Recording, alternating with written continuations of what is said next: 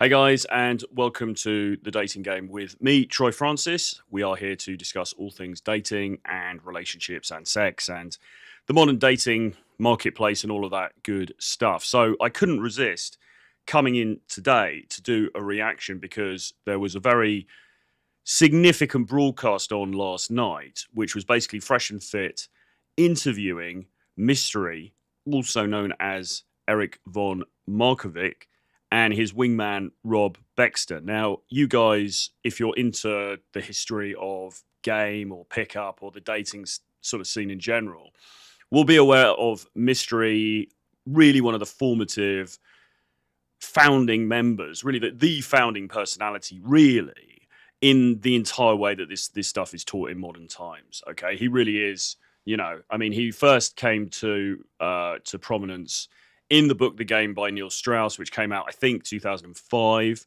I read that book. Many other people also read that book, and they were inspired not only to sort of improve their dating lives and get into the game themselves and going out and meeting different girls and all that kind of stuff, but it also inspired a whole generation of people to do coaching and teach guys this stuff as well. It gave a framework and really underpinned the work of pretty much everybody since, including, the likes of Rollo Tomassi even, who, although he delved much deeper into the Evo psych side of things, was nevertheless inspired, and he talks about this, was inspired by the early PUAs, the pickup artist guys, including the likes of Mystery, who was actually out there on the scene, interacting with real life women and collecting data in a manner that just wouldn't have been possible for somebody within the academy, like for sort of like to do in a scientific way, just wouldn't have been doable.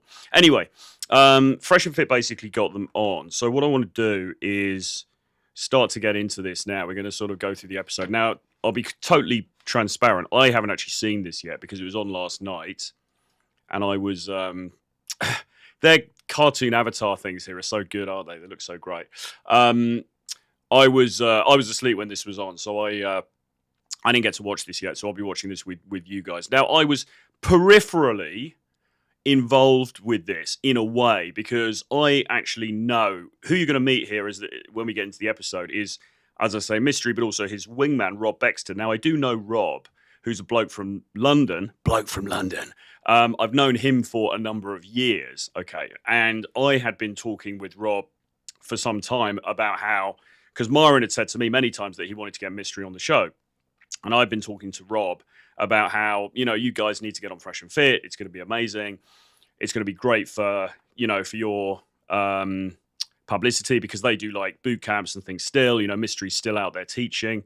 He's winged with Rob for something like 15 years, I think. And yeah, I just said, look, you need to get on this show. It's the biggest men's dating show on the planet. And we are live. What's up, guys? Welcome to the Fresh Fit Podcast. We're here with a legend, Mystery, and his wingman. And so, and they were going back and forth and all that kind of thing. And what they wanted to do originally, of course, was actually to get Mystery in the studio, which would have been absolutely epic. And there was some talk even that I could have joined that episode because I know Rob and so on and so forth. Anyway, what ended up happening, I'm not sure where Mystery is right now, but what ended up happening was they decided to do it via Zoom. Now, Mystery has actually been doing a number of interviews. He did one thing with Owen Cook, actually, from RSD, which came out a few weeks ago. They sat down, they had a conversation in person. I think Mystery was in Los Angeles for that. And then Mystery's also had a couple of conversations now, I think, with Mike Sartain. One of them was with Rollo Tomassi as well. So if we get time, we might have a look at one of those. But I was particularly keen to see this Fresh and Fit interview. So with no further ado, let's get into it and see what they have to say. Man, Rob Baxter, let's get into it. Let's go.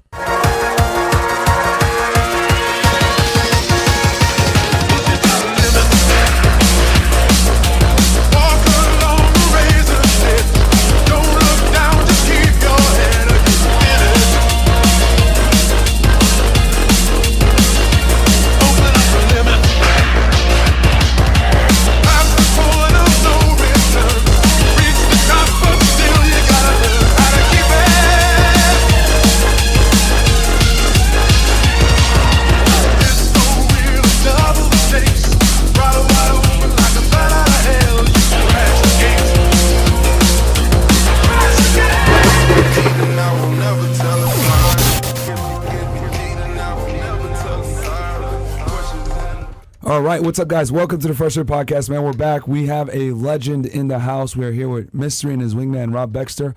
Guys, this is an interview 2 years in the making. Yes. This is probably one of the most, I would say, requested, anticipated, and for me, from a personal level, important interview that we've ever done. When you talk about the red pill game, female psychology, dating, all this other stuff, it always originates with one name, and that name is Mystery. And we got his longtime wingman in the house as well. So, guys, welcome to the pod. We know who you guys are. I'm not even going to go into announcements because I want to just get right into it. Yeah. Can you guys introduce yourself to the people for those that don't know who you guys are? Okay, well, I'll introduce him first. So this is Rob. This is Rob Baxter. He's I think he's in his London flat. I've been there because I know him a bit. So he's been working with Mystery for a long time. This is the dude that I know. So I was sort of behind the scenes talking with him a little bit about trying to make this thing happen. But anyway, let's hear what he has to say. Certainly. Mystery in the house. Eric Von Markovic, 52 years old. Can't even tell. I'm from Canada. I'm Canadian, born and raised, guys. Shout out to Canada, man. And Rob? Shout out also now to my wingman of over 15 years from the UK. This is Baxter. Hi, guys. Yeah, we've been gaming all over the world for about 300 boot camps nearly for about 15 years. And I started in 1996 or 1997. So, yeah, I'm born to the game. No, that's awesome. So I guess I could start with, I think Baxter was very keen not to be seen as just sort of like a peripheral side figure here, because obviously Mystery is the big name that people have heard of more. But Baxter has, like he said, I mean, he's been around for a very, very long time. He's been doing this stuff since 1996. He's been a massive figure in London and internationally, really across the scene. And he's he really, really knows what he's on about. So I don't know the inner workings of his relationship with Mystery and how they do everything together. But I mean, this is a guy who 100% knows his stuff as far as dating and game and attracting women is concerned. How did you guys get into this? Because you guys have been doing this for a while. Pickup used to be an underground thing that very few people knew about. It was kind of like a cheat code, and it was kind of like a well-kept secret. And you guys blew up with the VH1 reality show, The Pickup Artist. But how did you guys get started in this field before all the fame, before the TV, and before being on TV and everything else like that? Well, for myself, I started in Toronto. I didn't lose my virginity. Toronto, I mean, Jesus. Until I was 21, so that's somewhat of a late bloomer. And I caught up since. No, by the time I got 25 years old or so in Toronto, I found myself having success with women, and I started teaching my friends my secrets. I also wanted to extend myself to meeting other pickup artists that would come and visit me or that I would go and see. This is sped up ever so slightly, by the way, guys, so that we can get through this more quickly. If it seems like it's sounding too quick, just let me know and we can maybe slow it down. But I want to sort of get through this stuff, a little bit faster so we can comment on it. And that led to friendships with pickup artists around the world, getting a chance to watch them game, as well as them getting a chance to learn from me. So what a win-win situation. Baxter, what's your background? My friend, when I was 19, he handed me some tapes to listen to on seduction. And it was all very day game based and NLP based. So 6 months later, I just thought I need to learn how to do night game, how to do this in the bars and the clubs and so on. So I just came up with crazy ways of doing things and meeting people. And literally that was it. I ran with it as if it was the only way. Gotcha. Mr. You have a book, which I've referenced on this podcast literally hundreds of times probably at this point. We've had, over 1,500 videos, and I've definitely mentioned it at least once a week at this point. It's a legendary book, The Mystery Method. Can you tell us what that book entails? Yeah, so The Mystery Method, guys, if you haven't read The Mystery Method, you absolutely should, because it is one of the foundational texts, like Myron said, in this whole space. I mean, Myron Gaines, Fresh and Fit podcast, biggest men's podcast in the world, he's talking about this book literally on a daily basis, even though it was written over 20 years ago. So you guys definitely need to read that book, because it can't, to be honest, what everyone else teaches is, it's not that things haven't moved on since then, because they absolutely have. And this was, of course, pre-social media and before international travel was such a big thing, and Instagram, and there's so many different things that have happened since. But fundamentally, the ideas in that book still hold good even to this day. And what it covers, like there's the 7 attraction triggers, the importance of being a leader of men, and all these other things. Can we kind of give a quick overview of what the Mystery Method is? And certainly, yeah, certainly. It's the Mystery Method: How to Get Beautiful Women into Bed. Is a book that I wrote over 25 years ago. The book has 25 years ago. Wow. makes us all feel old, doesn't it? Jesus. Not changed much in the last 25 years. It's sound. It's quite solid. Everyone is giving me positive feedback to this day on that book. But I have evolved my training. So while that book is about the structure of a pleasing love story, the structure of a pickup, from meeting her to beginning a sexual relationship, what we call courtship, that book is strongly focused on the structure of pickup. But there are additional keys to proficient pickup. And another key is material to fill in the structure. The material is the stuff we actually say in field, in the nightclub environment, to the groups of people that we interact with. That material is something that you can find if you don't know what to say, for instance, on how to open. I have written a book on openers called Hey Guys, and that's available on my site. We can talk about that later. Things have changed also in that I've written a book called Game Changers. So since that first book, The Mystery Method, both Baxter and I teach game-changing ideas. One of the greatest game changers, while I'm on this topic, that I think you'd find interesting is noting that there are two narrative arcs to choose from in a pickup. You can have the woman chase you, which I believe is better, or you can have the man chase the woman. Having the woman chase the man is entirely different from the other way around. And our game, both Baxter and I, are focused on that type of game. Yeah. If you were to change and focus on that type of game, your game would improve quite dramatically.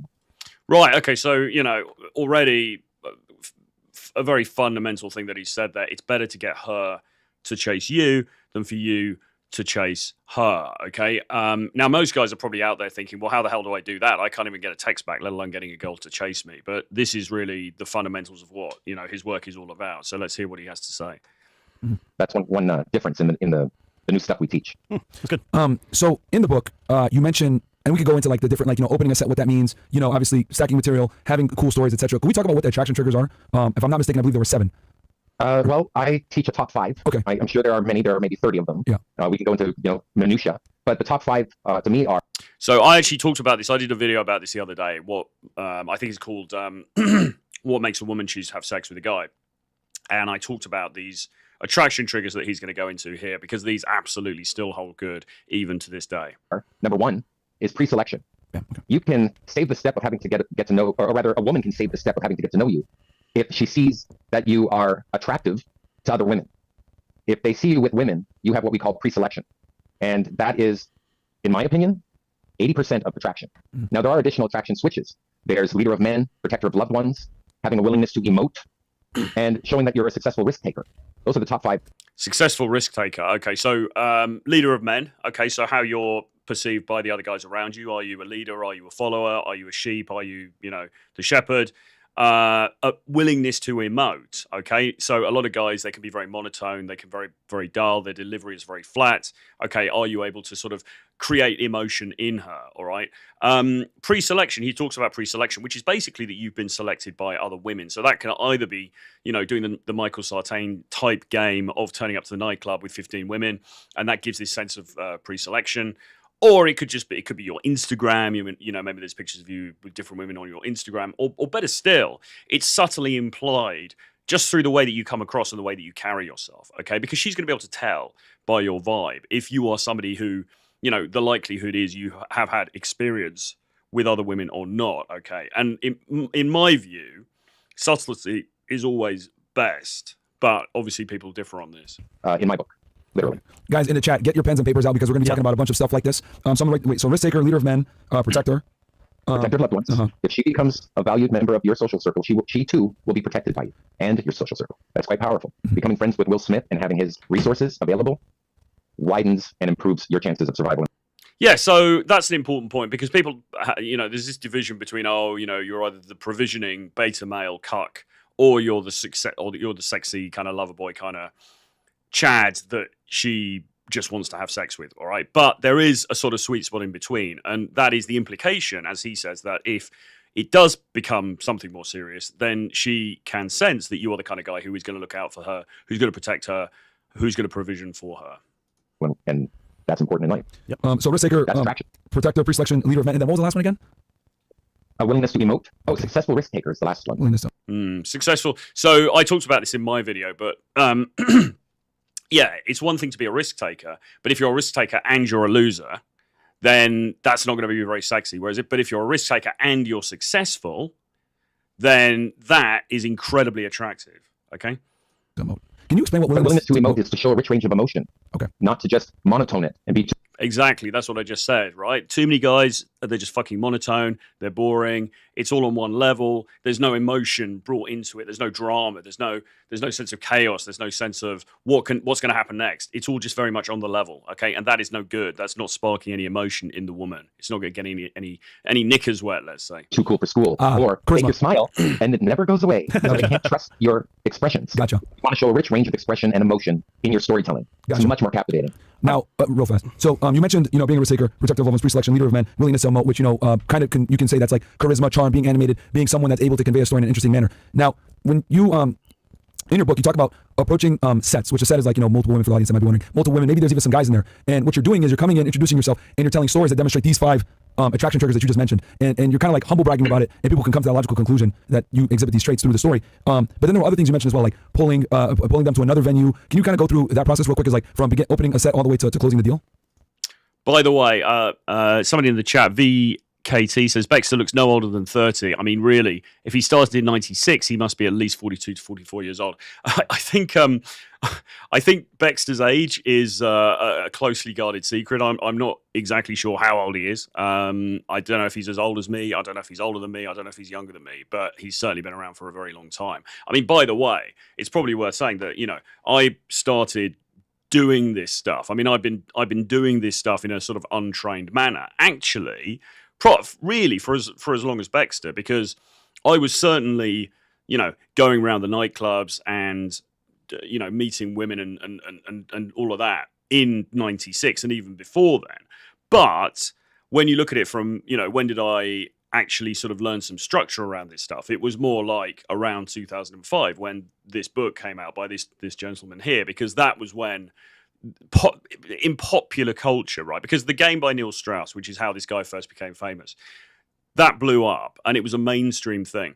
And like Baxter said, before that, there were little tapes, there were some things on the internet and stuff like that, but it was all very underground. It all seemed a little bit seedy, a little bit sort of, men in dirty old raincoats type material. And in a way, Mystery brought it into the mainstream, and he also brought some very important insights into how men and women work together, the interrelation between the two of them. And actually what he began to talk about, which I don't think any of us were really aware of before, was the evolutionary psychological underpinnings of all of this stuff, which of course then went on to become the main topic of the manosphere, of the red pill, of Rollo Tomassi and, Rich Cooper and Sartain and all the rest of them.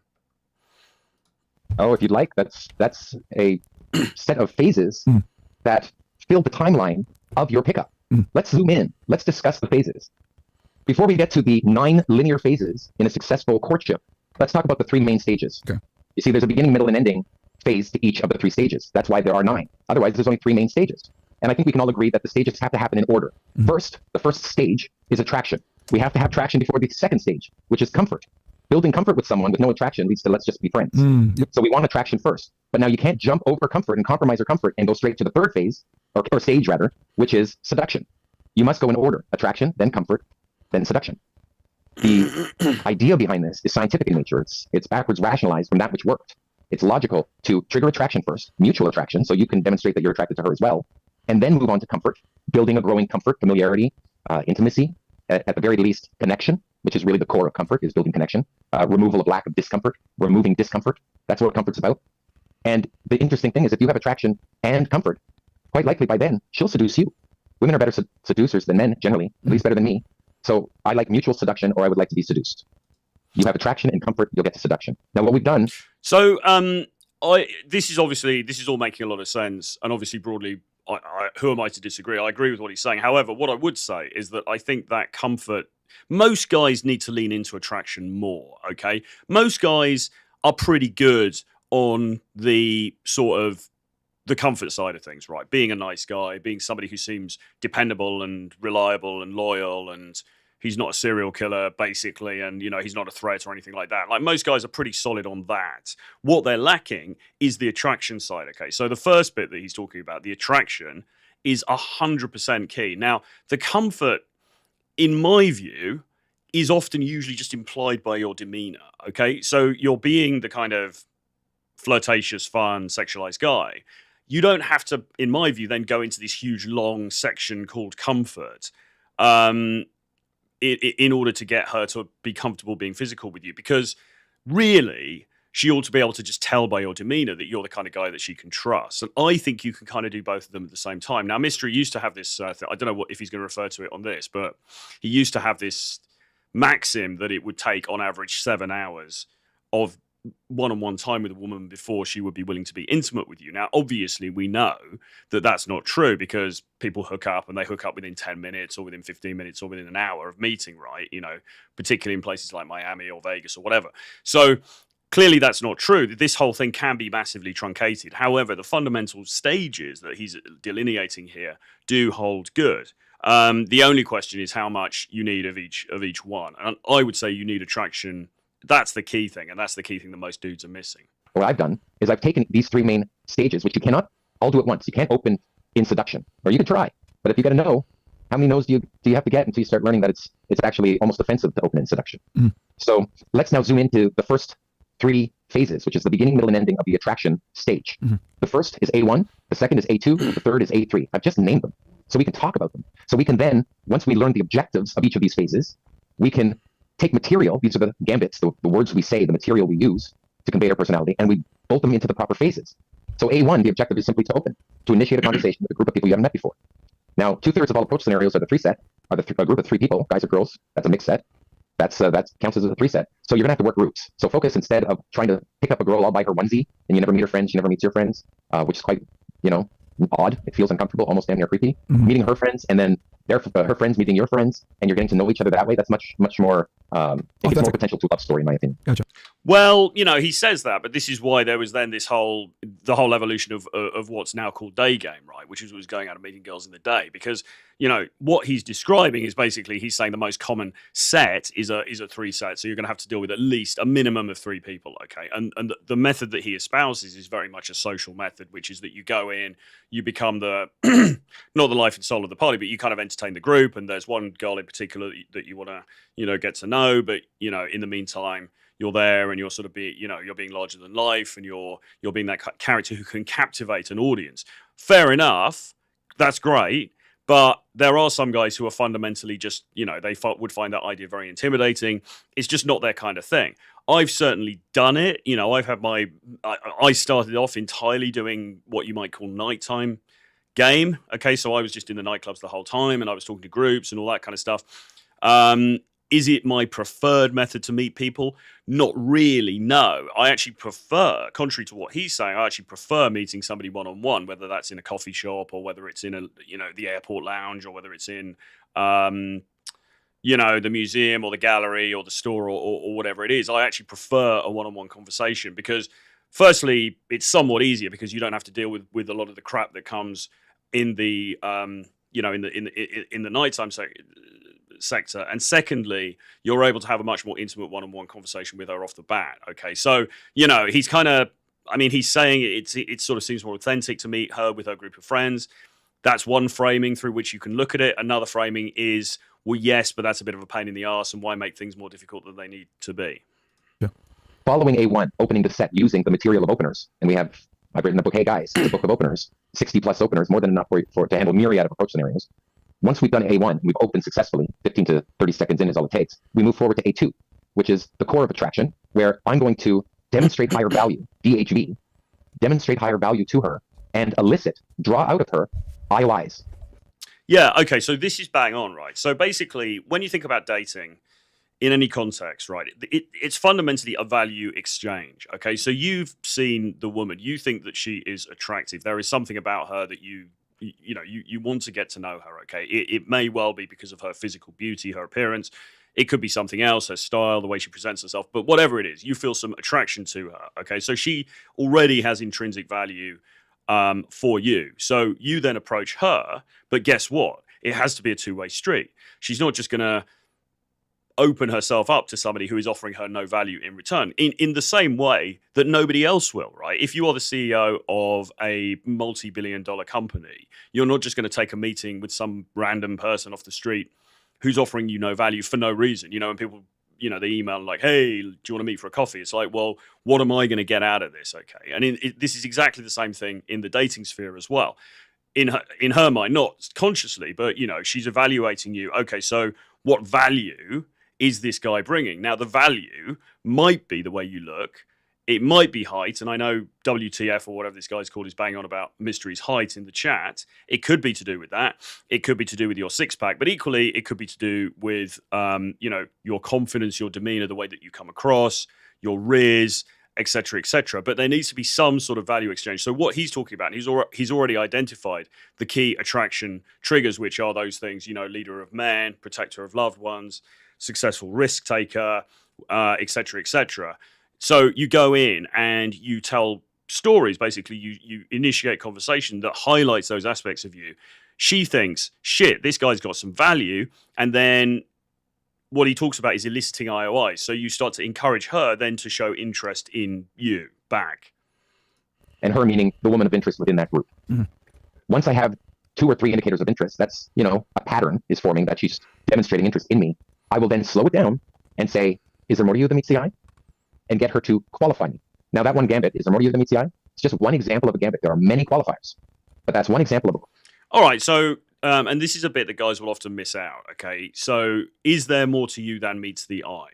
All right? It's a simple little phrase, but what is it doing? Well, basically, it's a polite way of saying, okay, you're pretty, but is there more to you than that? Tell me something more about you.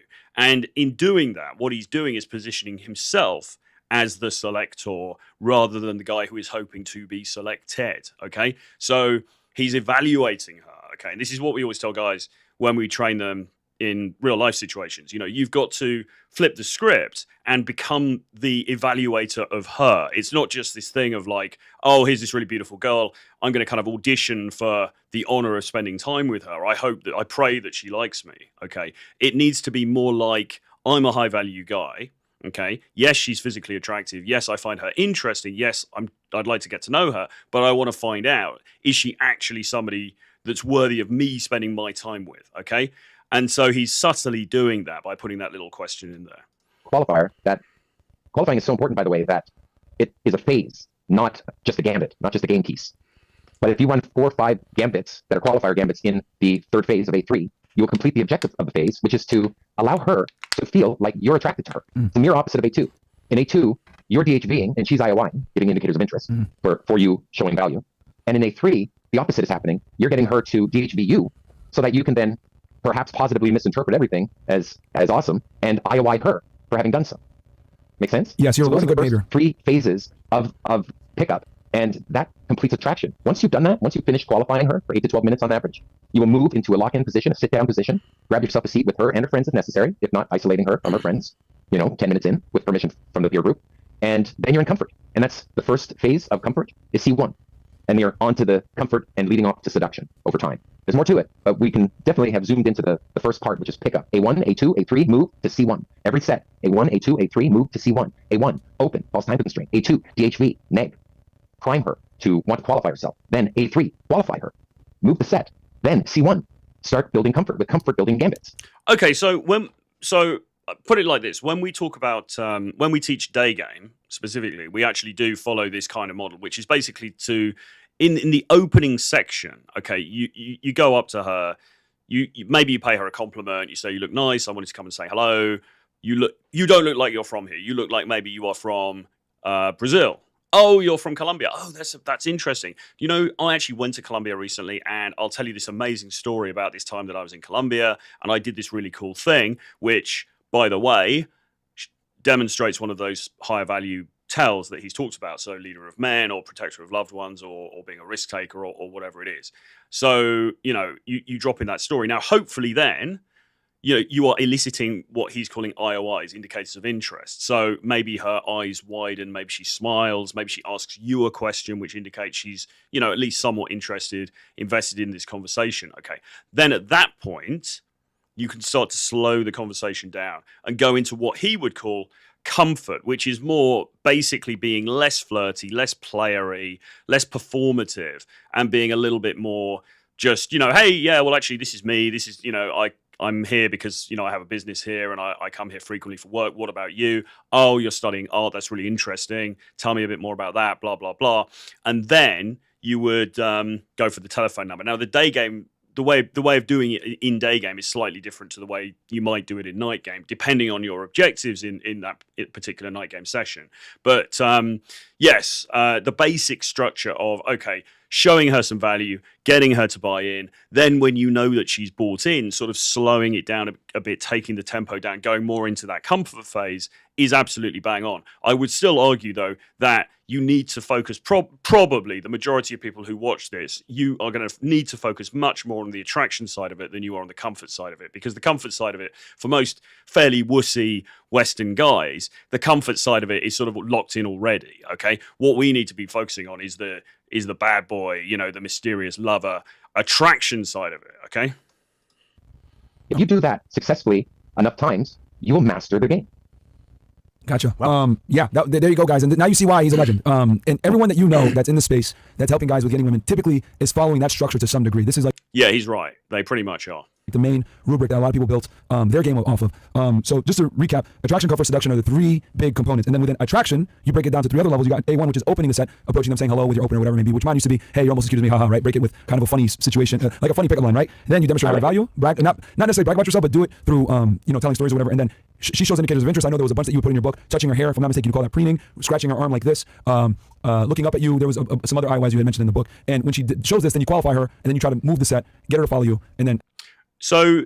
there was this big idea, and this went for dates as well. You would meet the woman, and then there's this a lot of store was set on moving her, like physically taking her to a different location. And if you're in a nightclub situation, you can absolutely do this, because it might be that, say she's with her friends and you get talking to her, and then you've reached this point where she's giving you these indicators of interest. She's cut into it. You might then say to her, hey, why don't we go over here? Let's go grab a drink. Or why don't we just go into the other room? There's some different music. Let's go and check it out.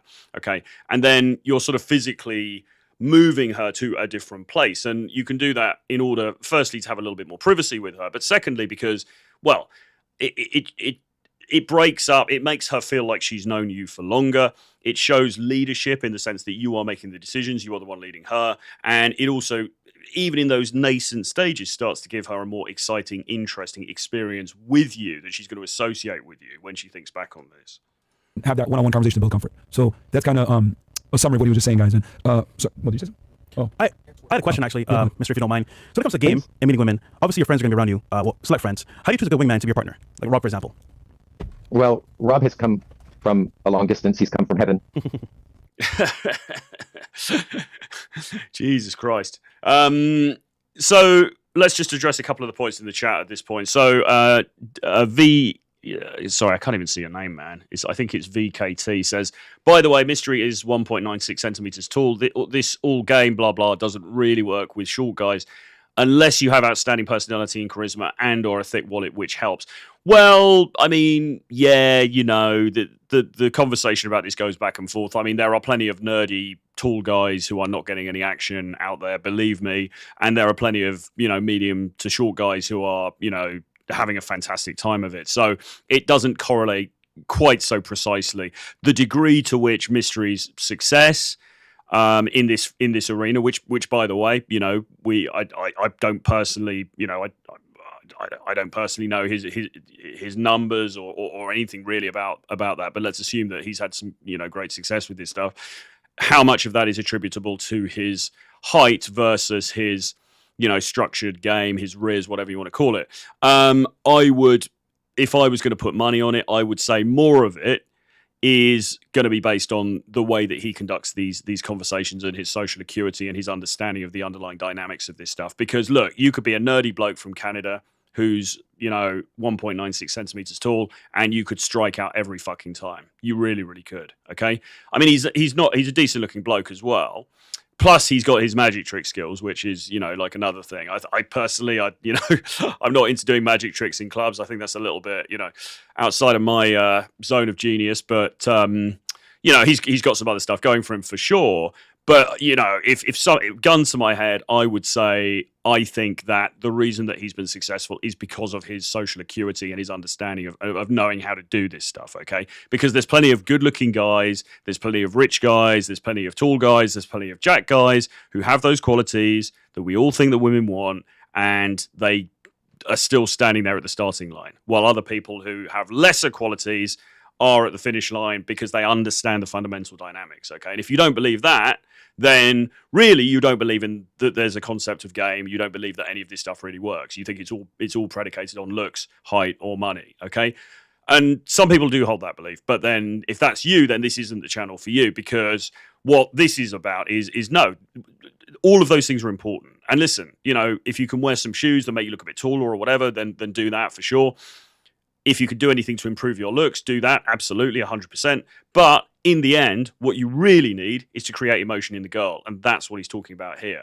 I feel half naked. Thanks for tuning in, man. Good to see you. Says, it sounds so technical. It shouldn't be this nerdy. If you believe yourself are worthy enough through your life, circumstances is not high value yet. Harty says it's irrational self-confidence.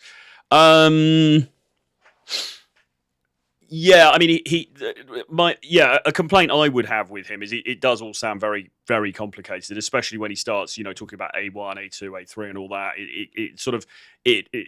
I don't know whether that's because of the way that his brain works. A lot of people who got into this stuff are very analytical, they're very technical people, and they need to have it sort of, they need to build a framework of that kind in order for it to make sense to themselves, okay? Owen Cook from RSD was very similar, although perhaps a little bit less structured even than this. Also, it also actually appeals to a certain type of audience as well, because a lot of the people who come forward, you know, because they need help in this area, those people are also very technical and very analytical and quite nerdy and so in the nicest possible way, and so on and so forth. And so they need to feel like there's some structure behind it as well. So it could be that the way that he's describing it like this, because that makes sense to the kind of people who need help with this stuff, okay? In actuality, once you get used to what he's talking about, it becomes sort of second nature, and you don't have to overthink it the whole time. Don DeMarco, good to see you, man, says, Troy, do you know if Mystery has caught up to social media being important? His work is great, but that was a criticism at one point for him and for the RSD guys. They initially ignored IG, for example. And then he says, some people need the... Right, okay, so on that point, I think he does talk about Instagram, and I think they talk about it later on in this show. If they don't, I certainly heard him talking about it on the Sartain show. So they certainly do talk about Instagram, yes. And Rob, I think it was on the other show actually with Rollo Tomasi and Sartain, but Rob Baxter was talking about some different little hacks for Instagram and stuff. So no, they do take it into account for sure. And it does, you know, I think one thing that myself and James Tusk have been saying over the last year or so is that one criticism you could level at some of the older school people like this is that in some ways what you were kind of trying to do when you were following the mystery method was to fake value in a sense, okay? You were going into the club, not necessarily having a fake Rolex on or whatever, but you were going into the club and you were presenting as a high value man, okay? He's talking about DHV stories, demonstrating higher value, okay? You were going in with the express purpose of trying to show yourself in the best possible light as a high-value guy. Now, whether you were actually a high-value guy or not, you know, these guys concentrated less on that aspect of it. There was less talk about, okay, go out and lift weights or go and make a load of money or go and buy a Bugatti or whatever. There was no emphasis on that. It was all about the verbal gambits that you were going to use when you were in the social situation, okay? Which is fine. What we argue now in 2024 is that really you need both, because increasingly there's nowhere to hide, because she's going to ask for your IG, she's going to have a look at your IG, and she's going to compare you then to all the other guys who are sliding into her DMs or whatever. And if those are guys, you know, the guy with the 12-pack and he's got a yacht and he's, you know, having these lavish parties in Dubai and whatever else it is, if you're not measuring up to that guy, and I'm using hyperbole here, right? These are extreme examples, but you get what I'm saying. Then it doesn't really matter how good your Riz was in the club. You're still going to lose out, because she's like, okay, well, that guy was, you know, he told some quite interesting stories. He was quite confident, quite funny in the club, but he doesn't really match up to this dude over here who's actually genuinely got it going on. And I can see that because there's proof on his social media. But no, to answer your question, they do take it into account. Don DeMarco then says some people need the initial structure A1, A2, but eventually it's autopilot. Yeah, Owen was the same too. It's a valid starting point, at least. Well, the thing that I quite liked about RSD and Owen Cook was that he basically quite quickly threw all of this stuff away. And the difficulty that I had with this was I would my memory is not always very good, so I would sort of forget all of the different bits. And then if you were also, because they also recommend learning what they call routines, or actually having some canned things to say, you know, some lines or some stories that you're going to tell and stuff like that. And I was also very bad at remembering those as well. And then what RSD started talking about, what Cook started talking about, was actually, look, social momentum, fuck all of this stuff. Social momentum is super, super key. So they really concentrated on, don't bother with all of this memorizing these lines and this intricacy and all this kind of stuff. Just go out there, have a blast, talk to as many people as you can. Your social momentum starts to build, and suddenly you're drawing people to you anyway. And that really is the kind of method that we're now using in Night Game. It was certainly when I was with Tusk in Bogota in Colombia a year or so ago. We had this epic night out in one of the clubs there, and it was completely based on social momentum. We were talking to everybody in the club, you know, and we ended up meeting different women and so on and so forth. But it wasn't because we were doing this. We weren't standing there going, right, are we in A1 or A2? You know, fuck all of that. We were just going out being super social, partying, and drawing people to us with our energy, okay? So, and then that was when this whole natural method started to come much more into play, and the mystery method stuff started to become seen as being a little bit sort of old school in a way. And he is an angel walking on earth, and we do good works together everywhere we go. And we travel city to city, country to country. We've gone around the world many times over. Right, buddy? Yeah. So, well, Facebook told us we'd been to about 300 cities together, so that was a while back. And that was a while back. So how do you find a good wingman? Well, in my opinion, a lot of people try to, you know, force it and find a good wingman online. I think you'll find each other where beautiful women are. You'll find each other. You're going to meet a guy with beautiful women on his arms, and you're going to have beautiful women on your arms, and the two of you are going to wink at each other, knowing that you guys are living good lives. And that's how you'll meet your next wingman, in field. That's a good point. That's great. That's kind of like how me and Fresh met, because we both were dealing with the same situation, like with the same types of girls here in Miami, and we instantly bonded over that, because it's very rare to find another guy that knows his way around, you know, women. So when you do find it, you're like, okay, if this guy's here with women, he clearly knows what he's doing, because it's so few, you know, if you guys can actually do it. So that's actually a really good indicator to see if someone's, you know, knows what they're talking about. Yep. Game knows game. Absolutely. So Mystery, we went over the attraction. Can we talk about comfort a little bit? Because I think this is something that a lot of guys kind of mess up, where they build too much comfort and the girl friend zones them, or they don't build enough comfort, they hook up with the girl, and then she gets buyer's remorse, and she doesn't want to necessarily see you again because you didn't build up the comfort. I know, if I'm not mistaken, please correct me if I'm wrong, the comfort building stage is about 7 hours. 7 hours, if I'm not mistaken, in your book. Well, you know. Okay, so this is interesting, right? We're getting to the hub of the matter here. This is exactly what I was saying. You can fuck up either because you build too much comfort and you end up in the friend zone, or you don't build enough comfort and she's attracted to you, but then she's like, hang on a minute, this guy's just a player, and then she goes to you because she doesn't trust you. There's not that foundation of anything more that's there. Oh, a general solid game pickup that is not a fool's mate pickup where you win chess in 4 moves and think you're a master when your opponent is merely naive. Yeah. Playing a solid game is roughly 4 to 10 hours. Okay. If you're under 4 hours, you're compromising her comfort levels. Remember, it's based on her comfort levels. So don't think you're a master because you betted her in 1 hour for her to get buyer's remorse then, right? And unless you have multiple sexual liaisons with her, it's not a sexual relationship. So in other words, if you have a one-night stand and you can't be with her again because she chooses not to see you again, to me, that's still an abysmal pickup failure. Okay. Well, depends what you want, doesn't it? Right? Because this is love game. The idea here is to be so lucky. But he's right, though. Sometimes you are just lucky, okay? And while it's fine to be lucky, and I think, you know, it's better to be lucky, and you become lucky by going out a lot and being social a lot, okay? And then sometimes you're going to be lucky, and I think that's okay. However, what he's saying, and it holds good, is that you want to have some structure behind what you're doing, because otherwise, if you're just blindly kind of, you know, casting around and just hoping that you're going to be lucky, then that is not a good strategy in any context, let alone dating. Lovable that she gives her body to you as a pleasurable experience, as a shared experience, because she loves you. It's much more powerful than just trying to bed a girl quickly, right? So 4 to 10 hours is basically, you know, with the average of 7 hours, is basically a solid game pickup. And this has been...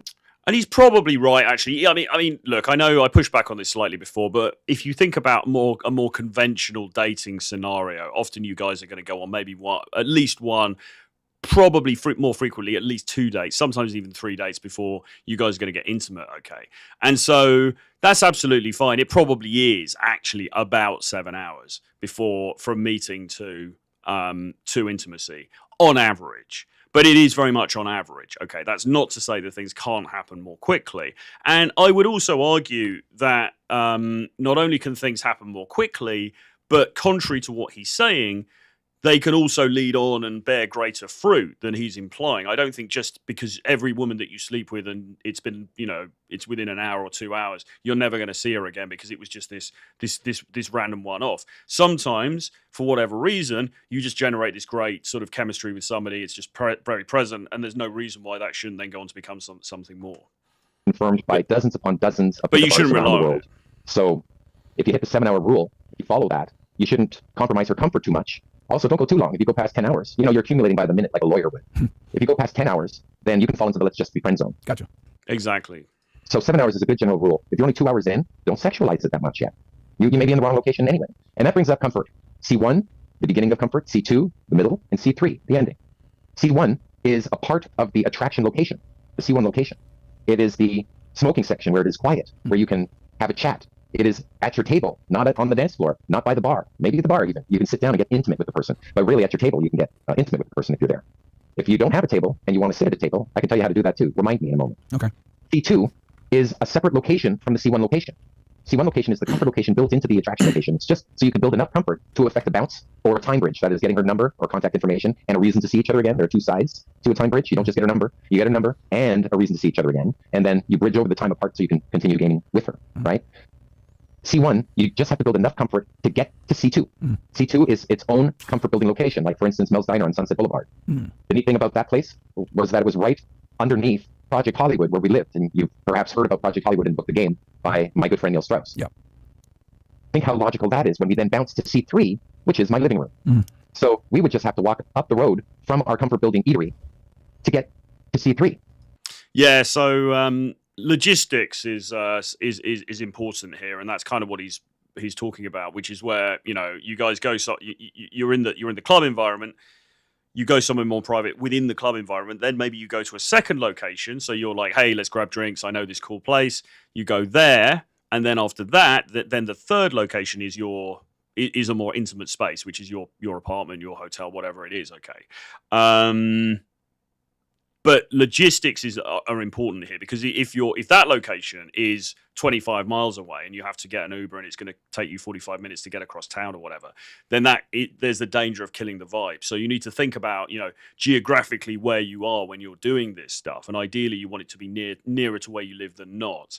I Feel Half Naked says, I've learned a lot via meeting women. It teaches me to be okay with many losing sessions and be humble with some success. It's like playing poker. We're playing a long game and strive to be passionate. Yes. Following C3, where you're becoming intimate with her. See, in C2, it's connection, but in C3, it's intimacy. You then move forward to seduction. I would hope mutual seduction. If you've done everything right, she's going to be very receptive. If you take the time, she'll be very receptive. S1 begins, arousal. S2, handling any last-minute resistance issues. Hopefully all of it will be taken care of by the 7-hour rule.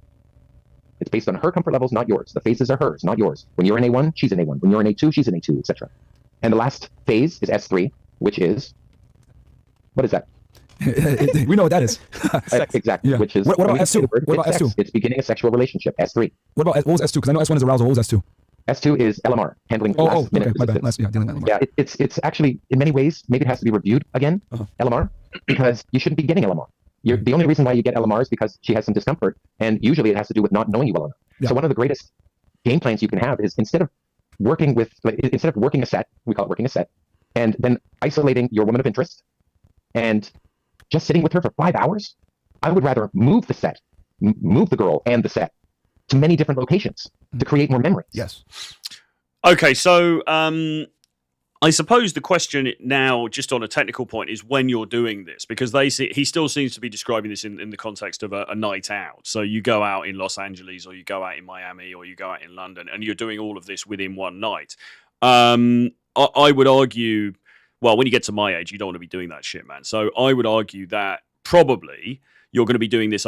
This is more like date type stuff that I think he's talking about now. This might be what you do on the first date. You know, you go to a few different venues, or maybe even over a couple of dates. You know, you go to one venue the first time, then you go to a couple of venues the second time. Okay, but certainly varying it up.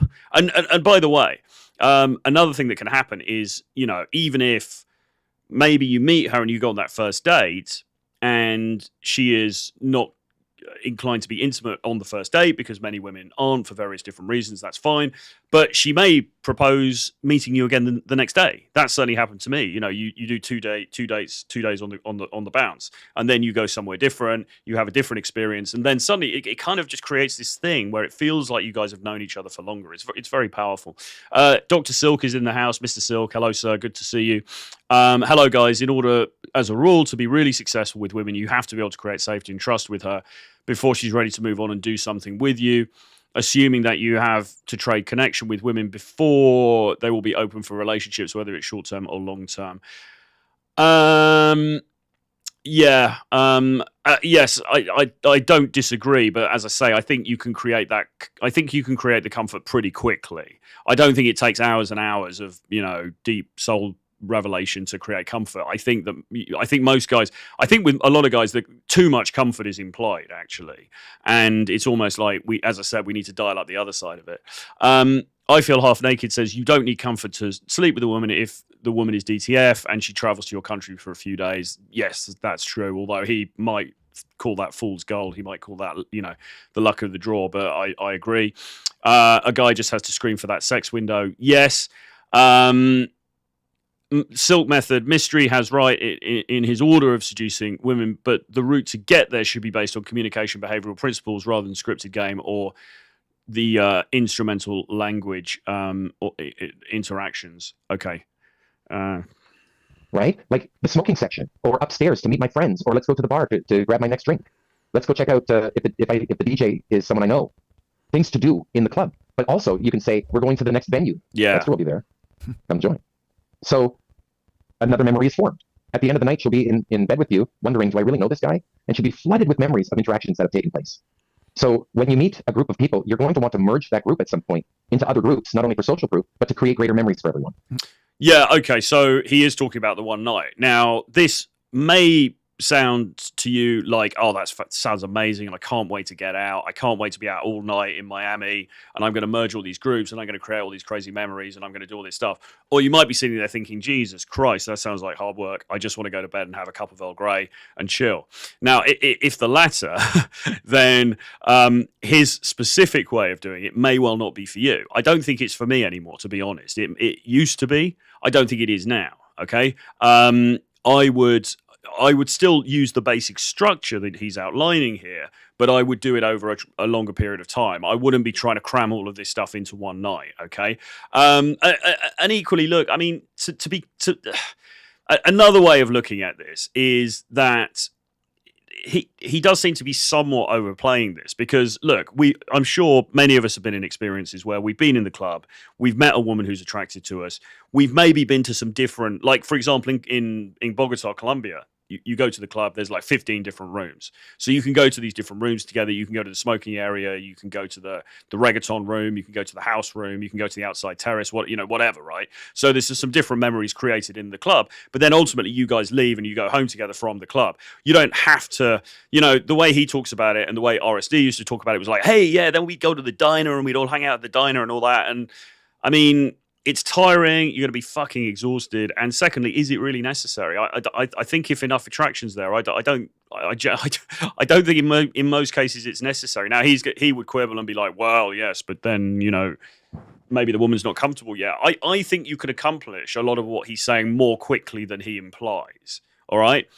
And I don't always think it's, fool's gold or just sheer luck. I think it's just experience and it's knowing what you're doing, and it's also meeting a woman who is amenable to it, of course. But the more that you go out and the more social you are, the more likely that is to happen. Because each new person that she meets is another memory, and you get to be the social butterfly and introduce her to others. So this is very much. I think we could all agree that this is very much the kind of thing that is great if you're an extrovert. And if you're an introvert, it probably sounds like a fucking nightmare, Okay. And again, this is one of the reasons why day game was developed as a sort of a separate thing. It was to get away from having to do all of this stuff. Now, I'm somewhere in between. I'm fundamentally quite an introvert, but I'm also, I can hold my own if I go into, I spent many years working in nightclubs and going to nightclubs and hanging out in nightclubs and all this kind of stuff, and really desensitize myself. So I can play the game that he's talking about, but is it my preference? Not really, no. Especially not, as you mature, and he's older than me actually, but especially as you start to get older and you have other priorities. It's like, do you really want to be spending do you really want to be out until 7 a.m. in Los Angeles just to get some girl back to your room? I mean, it's kind of, it's a lot of work. Let's face it. So listen to what he says, because the foundational principles are absolutely correct, but you then need to think about, okay, so how am I going to apply this in practice? Yeah, so it sounds like some of my thoughts. So it sounds like you're going to give her experiences where she's going to remember you as a person giving her that experience. You escalate slowly but surely to the end point over time. Sounds pretty good to me. Yeah, no, it's what we call solid game. Yeah. So, yeah, and guys, you guys just literally got like a quick little summary on how this goes. So, quick recap for the audience. I even wrote this stuff down. So, you got 3 main components: attraction, comfort, seduction. In attractions, A1, open; A2, demonstrate higher value; DHV; A3, make the girl qualify for you. Then you move on to comfort, taking her somewhere else, right? Moving her somewhere, getting a bit more intimate. C2, separate location, bounce her out of the club, maybe go to an eatery, whatever it may be. C3, your house. Then you go into seduction. S1, arousal. Then S2, dealing with last minute resistance, LMR, and then S3 obviously is closing the deal. So that is like kind of the overview that I would say pretty much any guy that's dealing with chicks or is a coach to some degree, whatever, they're typically following this rubric to some degree. So every success story you've ever had has gone through those phases. Exactly. Yeah. You have been successful with those, whether you knew it or not. So it just rings true to a lot of people who go, read the first book that I wrote, The Mystery Method, again, how to get beautiful women into bed. The other books go off into material, they go off into delivery aspects. These are keys, by the way, to proficient pickup. Structure, what we just covered, is one of the keys, very important, but it's not to diminish the importance of the second key, material. Material that meets the objectives of each of the phases. So we need openers, we need DHV material, we need negs, we need qualifier questions, we need to know how to move the set. There's several gambits for moving the set. We're going to need comfort building gambits. These are clever stories and jokes, laughter in your set, because after all, the best pickup artists in the world have a laugh track. They all have a laugh track in their sets. I've watched them game successfully, personally, and there's a laugh track in their sets. So that. Okay, so and this is where Mr. Silk is going to, I think, disagree with Mystery, because what he's basically saying here is, right, you want to have some stuff memorized that you can say when you go out.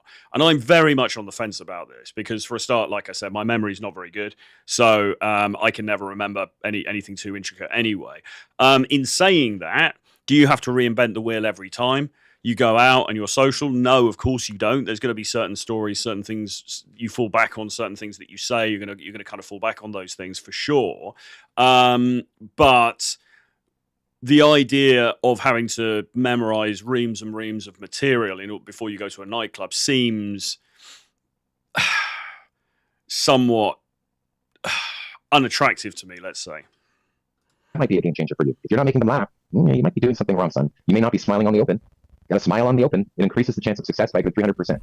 Gotcha. What thoughts do we have? Yeah. So, and this structure that we just went over, you broke this down and kind of went over this on the VH1 show, The Pickup Artist. And I remember watching this.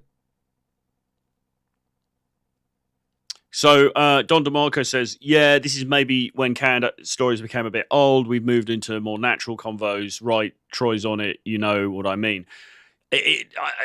So the antidote to all of this stuff was he was popular, he became famous, and then quite quickly guys started talking about the natural method, and then suddenly this idea of just being natural came into play. Okay, now the downside of being natural is effectively then what have you got to work with? Because then you're saying to guys, hey bro, just go and be yourself, just go and don't forget all this game nonsense, just go and talk to her, and and then what, right? So there needs to be some kind of balance in between the two, in my view, okay? And I think Baxter would disagree with me. Maybe I can get Baxter on here. We can have an interview with him, if not Mystery as well.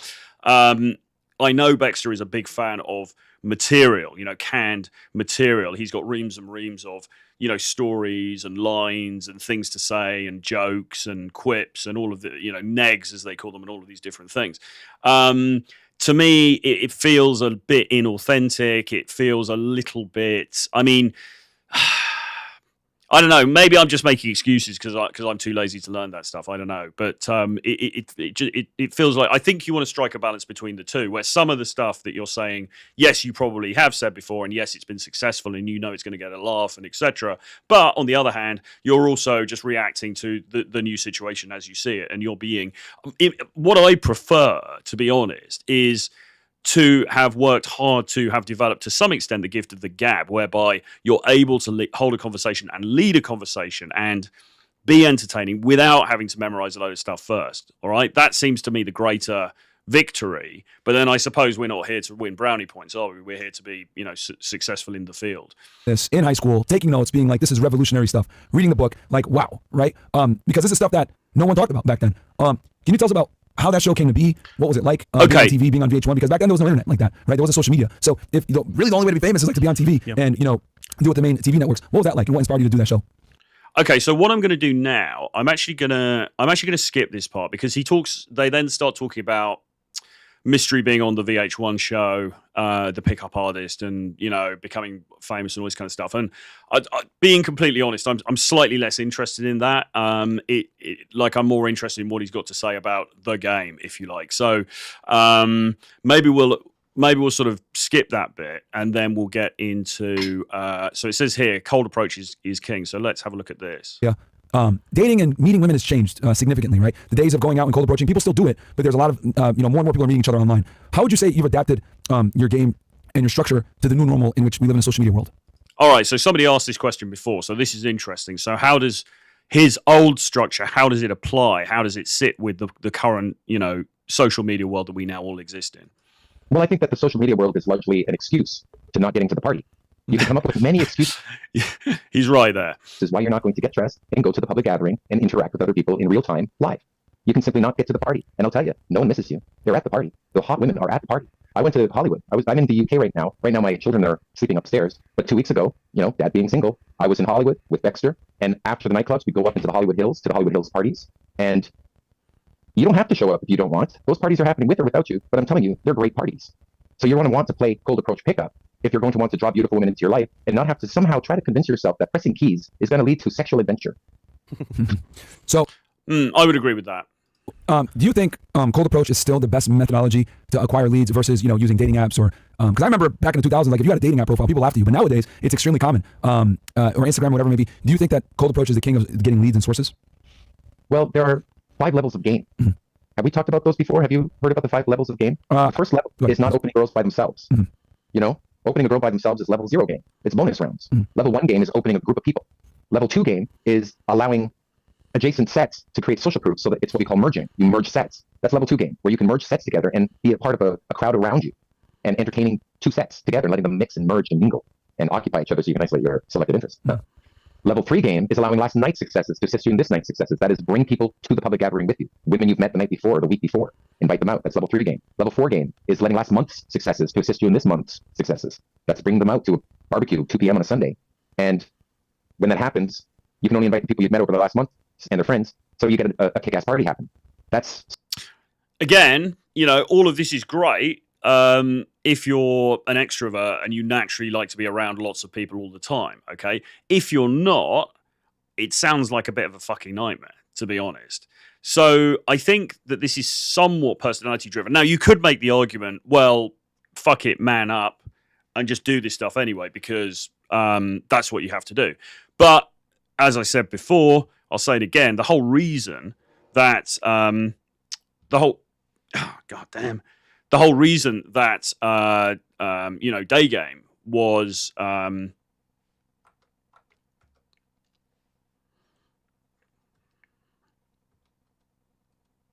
whole reason the day game was sort of created as a thing was basically because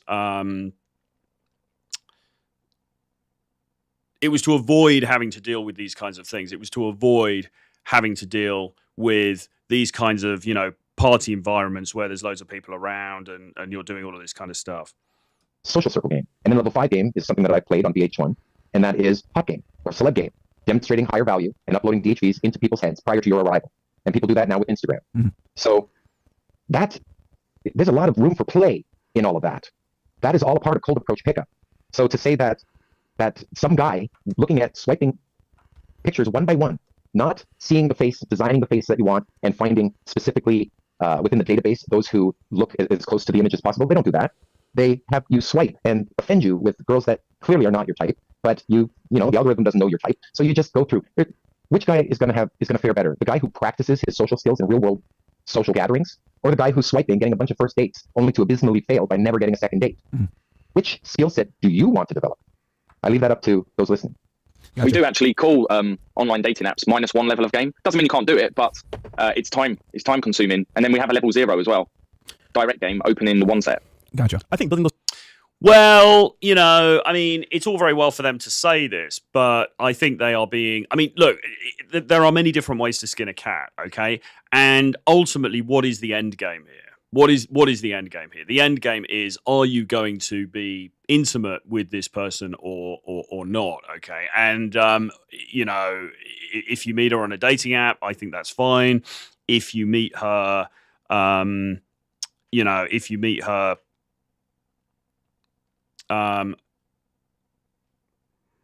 I'm just having some technical issues here. If you meet her on a dating app, that's fine. If you meet her one-on-one, I think that's also fine. I don't think these levels of game are as significant as they're making out, because what they're basically saying is the highest level of game is when you're merging these sets, these people that you've met in the last month, and you're taking them to an amazing barbecue and all of that kind of thing. Well, that's great if you're that kind of person and you want to live that kind of lifestyle and you've got the time to do that and the inclination to do that. But what if you haven't? What if you don't want to go to a fucking barbecue with a bunch of people that you just met last week? Okay. What if you've got other more important things to do?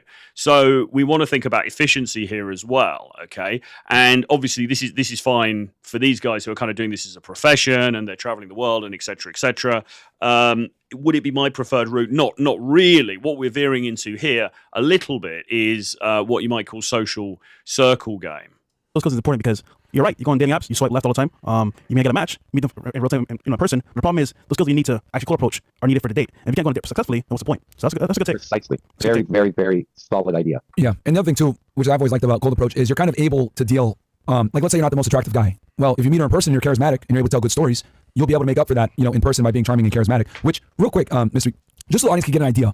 Can you take us through maybe what a DHV story, like one of the short DHV stories that you would use in field, maybe one of your openers into a DHV story, so people can get an idea of how this actually works? Because it's actually people might think, oh my God, this is so complicated, A1, A2, A3, but you actually naturally do this anytime you deal with a woman if you get laid. Like you actually did all these steps to some degree. Maybe some are more accentuated than others, but if you're closing girls and going on dates and everything, you're doing this. So can you give the people like an example of what it would look like? Oh boy. I wish one of you were cuter. Good luck to me. No, I'll show you something that I've been working on. Sure. Got a lighter here. I am in the UK right now, but as you can see, I'm fiercely Canadian. Yeah. Watch this. Magic. Watching.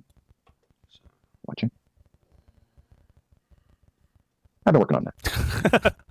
I thought that was fun. Yeah. If that's not fun, then maybe this is more fun. Oh. Double hand advantage. Oh yeah. Wait a second. Oh yeah. Magic is in fact real. Yeah. And I was actually going to show. You just reach up, grab. Yo, no way. Let's go. It's Angel.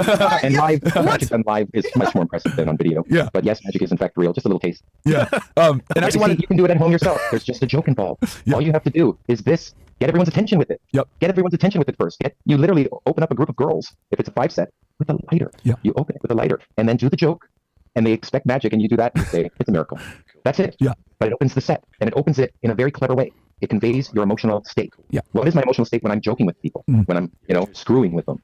What's happening? I'm conveying that my emotional state is non-threatening, playful, right? And I'm perhaps even in a good state. I'm happy. A smile helps. Yeah. Right? So they'll be non-threatened by your approach. Yeah, so sorry about that. We had a bit of a technical issue there. Yeah, I'm not sure about the magic tricks things, guy.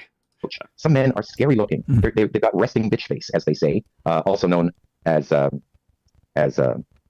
just bitch face. We'll just call it that. What else do we call it, Dexter? Resting bastard face. That's good enough, exactly.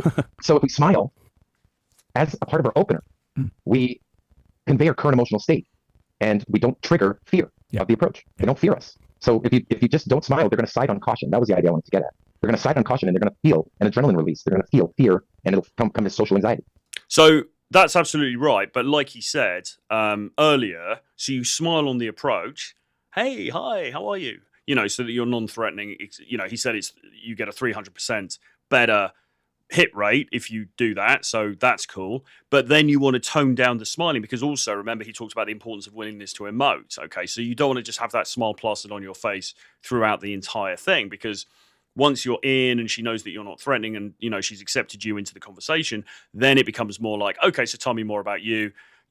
What is there more to you than meets the eye? Okay, right, then you start qualifying her, and when you start qualifying her, you want to tone down the smiling a little bit. You don't want to be just like grinning like this, because you'll just look like a dog. And that social anxiety goes away when you just screw with them with a lighter and smile. And I'll tell you this. A good example would be Matador. Matador was so pumped up, wasn't he? And he wouldn't smile at the beginning. That's right. Season 1 of The Pickup Artist, he was big, but season 2, he became huge.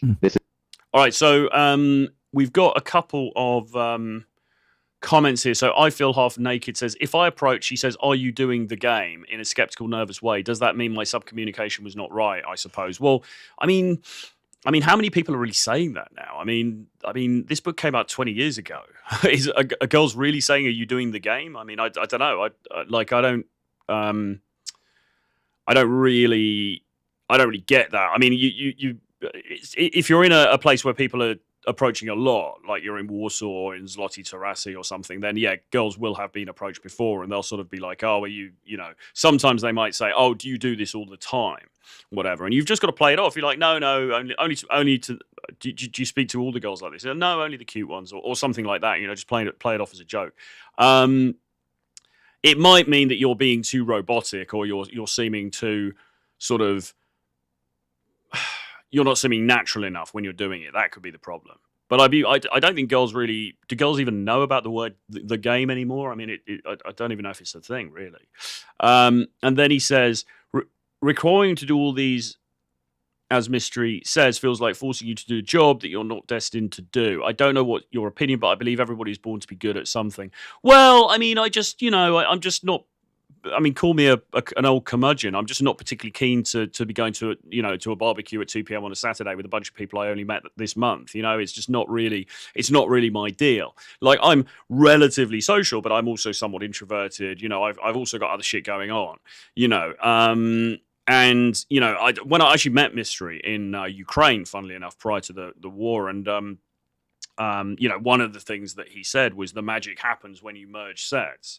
Okay, meaning when you bring people together, like he's talking about now, that's when the real magic happens. These amazing memories are created, and blah blah blah. And yeah, I mean, he's right. I've done this stuff myself in the past. It can be cool. It can be fun, but.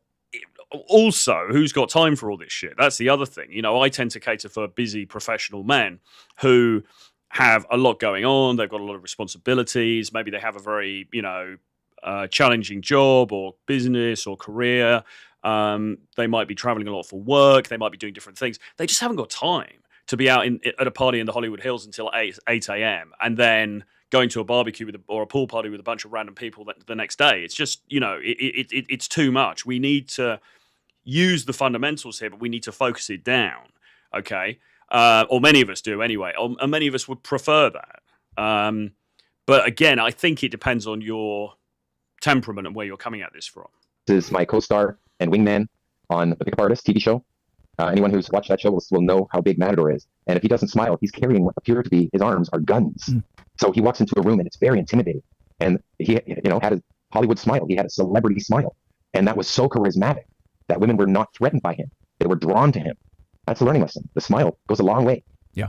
And I find it very interesting, and for the audience, right? Like, you demonstrated so many different things just by doing that, right? So you demonstrate, right, like being playful, funny, sense of humor is disarming, because most guys that approach girls, they're coming on some creepy type stuff, right? So if you're able to do that, it shows social calibration, and then you add to it, and you're like, oh, I'll just mess with you guys, but I actually can't do magic, which I want to talk to you about that as well. You are a magician, very skilled. You incorporate it into your game. How do you get started with magic, and how much does it impact your sets? Attraction magic. I think it impacts my sets a lot because as a magician, I love to perform magic. I perform magic in virtually every set that I approach. I may not open with it, but at some point in my set, they're going to discover that I'm a magician. Even when they ask me the question, one of the autoresponder questions is, what do you do? I say, would you like me to tell you or show you? Much better than saying, I'm a magician. Yep. You want to be skilled. You incorporate it into your game. How do you get started with magic, and how much does it impact your sets? Attraction magic. I think it impacts my sets a lot because as a magician, I love to perform magic. I perform magic in virtually every set that I approach. I may not open with it, but at some point in my set, they're going to discover that I'm a magician, even like a peacock, in order to stand out and convey some social. Okay, so this is something that used to get talked about a lot, which is called peacocking, which is basically sort of, wearing kind of things that are going to make you stand out in a social situation. So Mystery, famously, he used to go around wearing a feather boa, like big magician's hat, goggles, flashing belts, all of this crazy stuff. So this is another very famous thing from that era. So let's see what he has to say. Status in doing so. Like, for instance, the man who wears a fur coat in the club, or in my case, a faux fur coat. This is unreal, right? That's peacocking. Peacocking also includes those who wear tattoos. All tattoos are peacocking. Women, there are millions and millions and millions of women on the planet who have tattoos. They're all peacocking. That's all built in peacocking. This here, I've got gauges, peacocking. I've got this. This is adding to the peacocking, right? Even this item here that I'm wearing, carrying this thing here, you can see on the back. It's a unique look. It's peacocking. Gotcha. So it's not going away. People who stand out, women do it especially well. And when you go to a mall, you'll see they have so many clothing options, but men have less clothing options. That's why we need to get creative. Yeah. Stand out. It's true, actually. In general, guys, we don't have as many options as women do. So that's why you need to think. Now, there's this whole thing. I mean, do you need to wear crazy stuff in order to attract women? I would say no. I would say actually being understated is better. I would say leaning into an archetype and being well dressed and looking well put together. And again, this is something that these guys don't really address, which is, because then you look at people like, say, Jay Waller, for example, who's always been very well dressed. He's always worn tailored suits and so on and so forth. Okay, that is for many, the kind of archetypal high value man. Are you better off going with that? Or are you better off going with, Mystery's bum bag? You decide. I would suggest that you can, but nevertheless, then you look at, you might look at Jay Waller's suit. Maybe he's got some like really cool lining, or maybe he's got like, an interesting pocket square, or, he's wearing like the shirt, great contrast with the jacket or something like that, some cufflinks, like a watch. There are different ways of peacocking that don't have to be, I look like some emo kid from the 90s, okay?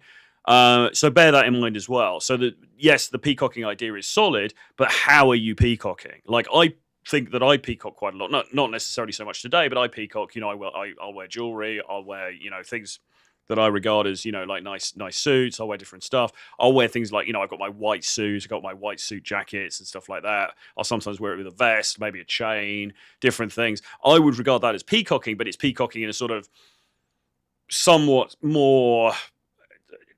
It's peacocking that comes down on the right side of not looking like a fucking weirdo.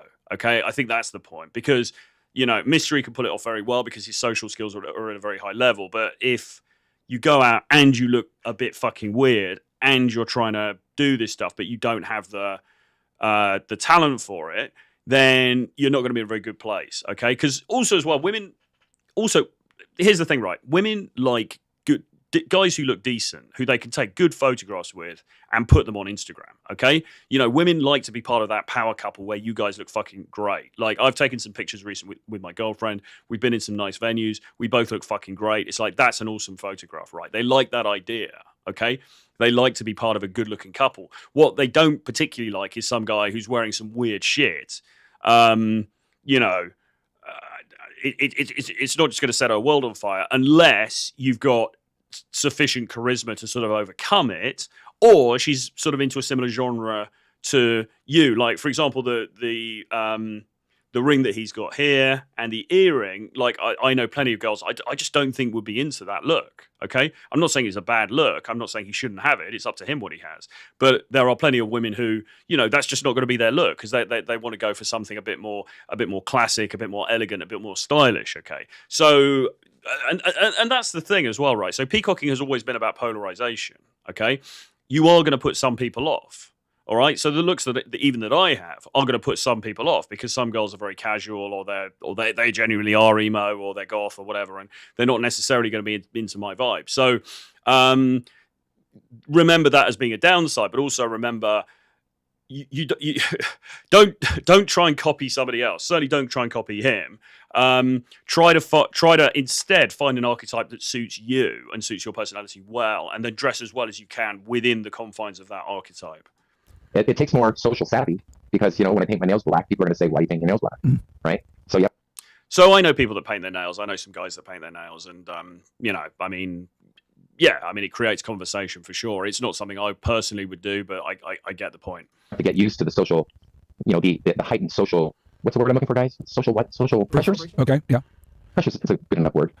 I want to say for those interactions, yeah. I was gonna say when I watched, and it's crazy. I remember this almost 20 years later. When I watched the show, I remember you would wear boots that made you taller, the goggles, the hats, the snowboard goggles, etc. And if I'm not mistaken, please correct me if I'm wrong. You generally recommend that every man, when they go out and they're trying running game, to have at least one piece of peacocking clothing item, whether it's a necklace, maybe jewelry or something like that. Do you think that they should still have one piece, or should they have more nowadays to stand out in a very competitive dating marketplace with the internet around and social media? How should men go about peacocking in today's day and age?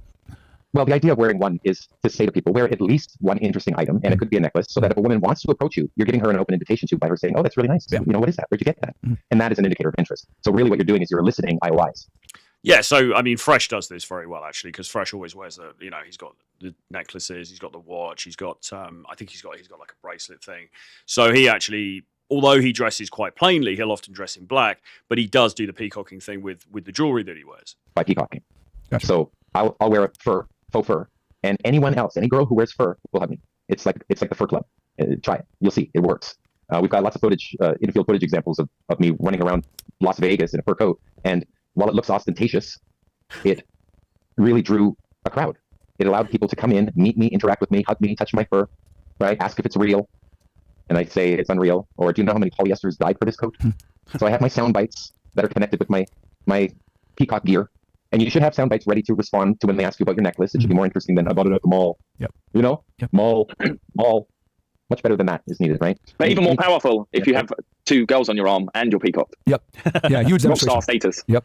That's right. And if they're peacock too, and you look like you're, in the same band, even better. I would argue it starts online nowadays with Instagram. So girls peacock in different ways. For you maybe. You didn't get to the party in Hollywood Hills, did you? You missed out, man. You missed the party. Well, you stayed home, didn't you? I was going to segue. segue. You could have gone to the party. I was going to segue. So Instagram starts the party off for me. The girls come from DMs. Then we go to the party. Even more girls show up. And from the very beginning, they saw the lifestyle that, oh, this is fun. This guy's fun. I want to be around him. We meet up at the party. We get more girls to join our party. And then from there, we have a great time. That's how I see it, at least. Well, that's level 4 game. You're playing social circle game. That's great. But let's not be disappointed if you're new to a city and you don't know anyone and you go to a club and he's got all the girls. That's you. You've got all the girls. And he's got none, and he'll say, oh. So Fresh makes a very good point here, which is, of course, that Instagram is now an amplifier for this stuff, right? And I mean, his Instagram is massive now, but it was always pretty big, and he was very good at the networking, and just so the beauty, in a way, of social media is now we can do all this stuff that Mystery is referring to, and then we can publicize it by putting it out there on the internet, okay? And so then it's not just to this smaller audience of people around us, it's potentially to a worldwide audience of other women who can watch this stuff and then buy into it. So social media in that way, as an amplifier, is very powerful and actually can be a very useful tool. And that's really the kind of game I think people like Mike Sartain are playing, and certainly other friends of mine are doing, where they're showcasing a lifestyle that looks fucking cool, and then women are just wanting to buy into that. Don DeMarco says, yeah, it's all about what's congruent to you in terms of what accentuates your look. I think Troy with a big blinged CEO chain would be incongruent. Absolutely, man. I mean, yeah. So, like, I purposefully I choose a look that I think that I like, and also that I think kind of suits me. Okay, it's not necessarily going to suit Fresh. It's not necessarily going to suit Mystery or Bex or any of these other people, right? Or Myron. Okay, but that's not the point. It's about having your own archetype and kind of staying in that lane. So the reason why, I've often gone on these podcasts and I'm wearing a suit. Now, actually, I'm not the only person to wear a suit, because, as I said, you've got Jay Waller, you've got Tristan Tate often wears a suit.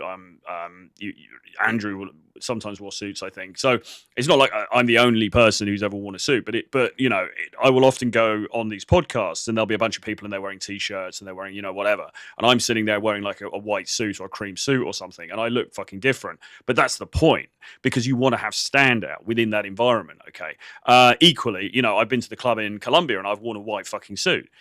Nuts. I mean, nobody else is wearing a white suit in the club. It doesn't really fucking matter. The point is that you want to stand out. But all I'm saying is you want to stand out in a way that's congruent to you. Like, if I went to the club or I went on one of the shows, but I've dyed my hair red and it's all up in spikes and I've got some like spiky chains on and stuff like that, that's not really going to be my vibe. Okay. So yeah, it's peacocking, it's standing out, but it's not standing out in conjunction with who I am as a person. Okay, so you got to think carefully about this stuff. Harrison says a well-fitted suit is a cheat code. I would agree. I think that's true. Oh, how unfair when he didn't do the work. So you got to start somewhere in a new city, and you start with the 3 set. You just go to a public gathering, open the first set on the left, build a solid base, and then from there you can open adjacent sets, work your night, merging sets as you get to know who's potentially single. We have to do that every boot camp. We have to touch down. We go there a day or two before. We do a recce around the area, and then by the end of the long weekend on boot camp, we have our own social circle there. Bam. And we have bittersweet goodbyes. You know, we have to leave the city. We have to go to the next city. And we have to say goodbye to the new girlfriends we've made. It's bittersweet. Damn. Let me ask you this, mystery. We talked a bit about indicators of interest, aka IOIs. What are some of the most common IOIs that guys miss? Because there's so many times where girls are giving guys hints. Guys might not have the social calibration or skill set to be able to identify these IOIs and make a move or escalate, right? When they're scared to escalate because they don't see them. What are some common IOIs that guys miss? Well, I think that you don't have to kiss the girl in C1. You don't have to. You can say to her, expect nothing but great conversation in order to get the contact exchange. And then you preserve her comfort so that you can see her on a date 2 rather than kissing her too soon and So this is an interesting one. So IOIs, indicators of interest. she gets buyer's remorse. So it all depends on her whether you're going to kiss her in C1 or in C2, or you're going to again wait until C3 when you're in a private location and that's the first time you're kissing. But you should have some escalation. You can't kiss her if she's uncomfortable holding your hand, right? So you have to do an escalation ladder, certainly. What was the question exactly, though? IOIs that guys often miss from women, and they're and that are a little bit more subtle. We've talked about like some common ones like touching her hair, looking up at you, laughing at your jokes, touching you, maybe scratching your arm like this. But what are some other ones that guys often miss? Well, they could be mirroring and matching you as well. Okay, can you explain what mirroring is real fast to the audience? Yeah, when they're literally copying, say they're sitting in front of you, they're copying what you're doing. You fold your arms, they fold your arms. You lean back, they lean back. You cross your legs, they cross their legs. So you can mirror match and then start leading it if you see that they're doing that as well. Gotcha. So you can force IOIs as well. How do you go about that? There's many ways, but say that you're the other side of the bar, across a long bar, and you don't want to go round and talk and it's loud and so on. You want to test it first. So one is called the peekaboo. So you just go like that, and then they look. If they mirror and match, then the game is afoot. They're interested. They're playing along. You know, what was funny when you were 5 is funny again, and it just shows a different level of playfulness that you're different. You've caught their eye, and it tells you where they're at with you. Rob, and then you can go straight in. How important is eye contact when it comes to getting the first approach? Well, I think it's good, but we go in without eye contact as well. You know. Absolutely. Yes, absolutely. 100% agree. You know, people waiting for eye contact and stuff like that. She may not even see you. Okay. So yeah, obviously if you get some eye contact, brilliant. Go in, start the conversation. But if you don't, and you like her, go in and start the conversation anyway. Okay. So either way, we generally go in without eye contact prior to the approach. You just approach the set and engage. You know, it's over the shoulder stuff too. Hey guys, quick question. First time they see you, they see your faces with a smile. Hey guys, quick question. Right. And then you stack to any type of opener. So you can't get blown out that way over the shoulder. I got you just mentioned something there that brought back some memories. So the over the shoulder, right? You were really big, and this is something to this day I still use and I still talk about. If I cold approach a girl, I'm never standing right in front of her. I always have my body bladed as if I'm about to leave, and potentially set up like a false time constraint or whatever. And I learned that from you actually, Mystery. Can you talk about the importance of when you approach a girl? You don't want it where you're directly in front of her and might make her feel intimidated, but you also want to kind of let her know that, hey, this interaction isn't going to last long. I think a lot of guys kind of mess this up and they make themselves almost too available, where the girl doesn't know if you're going to sit there and try to talk to her for 3 hours, or she doesn't know if you're going to leave. Can you talk about the importance of like blading your body a certain way? You just did the over the shoulder one real fast, little subtle things like this. How it makes a big difference? Sure. I use it maybe 20% of the time in a night. You know, I'll do over the shoulder a couple times in a night, certainly. But it's important to note that what we've just structured here is a hypothetical situation of me approaching a girl. Women of beauty are rarely alone. They're usually in groups. So if we're going to fantasize repeatedly, instead of fantasizing and practicing and training and preparing for some future event where she's alone, we're not going to be meeting girls alone. That's so rare. They're usually with beautiful girls as well. They're usually unless you're somewhere like Warsaw and you're doing it during the daytime, okay? And then it's a very different playing field. And again, that's something that he doesn't acknowledge, or when he does acknowledge it, he says, well, that seems weird, or it seems less authentic, or whatever. So again, you have to bear in mind the sort of game that he is describing here is a very specific sort of game, which is quite a high energy game that is predominantly designed for nightclubs, okay, and for bars and for nightclubs and night venues, parties maybe, okay, and that's fine. And if you want to do that, then great. If you don't, then just be aware that there are other ways of doing this. The foundational principles remain the same, but you don't necessarily have to be approaching groups of 5 people and so on if you don't want to be. With guys, you know, mixed sets, believe it or not, are approachable. They're approachable. They're lucrative. I've gotten girlfriends from mixed sets. You can be given the girl by the guys. They just bow down to you having a connection with her that they didn't have. They can give you the girl if they like you. So you have to win over the entire set. So it's really all about group theory, less about single approach theory, which is what the scenario is constructing. I got a question for you, because I think this is something that actually trips a lot of guys up. They'll see a group of girls and a group of guys and they'll be scared to approach. How can someone go about approaching a mixed set without necessarily, I guess, because I think people, what guys are afraid of is getting rejected, potentially getting attacked by the males in the group. They don't know what the social dynamics are, etc. How can someone go about opening up a mixed set? Well, there's two major schools of thought in pickup. It's not just day game and night game. It's single approach theory versus group theory, right? Day game, by the way, usually is single approach theory game, right? There's also two schools of thought. There's the verses of direct and indirect. There's direct game where you are opening in seduction, basically. To me, that's an error. And then there's the far more maneuver. It gives you far greater maneuverability. It's far more powerful, in my opinion. And that's opening indirect. And that's the indirect school of thought. So opening a group of people, if one of the people in the group is the woman of interest's father, for instance, well, then you're going to have to win over the father, right? For instance, my 17-year-old daughter has a boyfriend, and he's totally won me over. I think it's a wonderful match, a wonderful union. He comes over and hangs out, and he's a part of the family now. So, he didn't just pick her up. He picked me up too. That's group theory. Yeah, the importance of getting, I remember when I used to do a lot of cold approach back in the day, and there were guys in the set. What I would do, and I want to get your take on this, I would actually go up to the guys kind of on the side. I'm like, hey, look, man, that girl in there, that girl right there, she's pretty high. I just want to make sure I'm not stepping on no toes. Is that your girlfriend or whatever? And what I've noticed is when you get permission from the guys in the group, or you talk to the guy that seems to be the leader of the group, and you kind of speak with him first, he'll tell you, oh yeah, no, she's single, man, or oh no, that's my girl, but this one is single. Like, since so many guys don't have that social awareness to do that, they'll almost throw you at the girl sometimes because that girl might be cock blocking someone else or annoying them. So it's amazing how like sometimes just starting a conversation with that guy and being polite and like trying to ascertain what's going on, they'll actually help you out a lot of times. That's what I've noticed. Very rarely they'll say, fuck out. I like it. It's got legs. Yeah. I like it. And it reminds me of, it's a gambit. It's a soundbite that you use, but it's an actual gambit in order to find out the information you're looking for, right? Another gambit is, and one that I am now going to, we talked about earlier that I'm going to give you, is how do you sit at a table that you haven't bought a bottle at? Here's how. You open a two set of women, you win them over, you get into locking position so that you can lean back and have them join you for a bit. You build enough comfort so you can then say to them, let's go make some friends, which is moving the set. Come on, let's go make some friends. And you walk over to the first guy that has a bottle, and you say, hey, these girls want to meet you. So you're sitting at his table. He gives your girl a drink. He gives you a drink. He gives the other girl a drink. He also splits your two set because you can't isolate in a two set. He occupies the obstacle for you. You get your target. He gets the obstacle, and everyone's happy. And if he says no, how many tables are in there? You just say, all right, nice meeting you. Have a good one, as he sits alone at his table. Then you go to the next table. It's not bad, is it?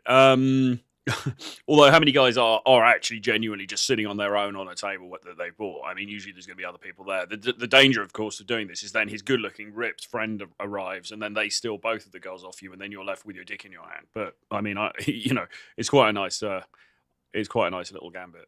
It's inevitable that you're going to be sitting at a table with a drink in your hand, and the two sets split.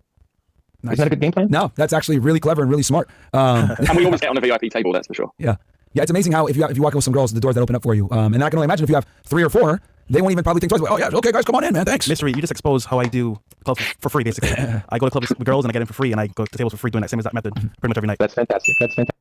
That's interesting, isn't it? So Fresh basically, 20 odd years later, Fresh is basically doing exactly the same thing as what Mystery is describing. So, what is old is new again, right?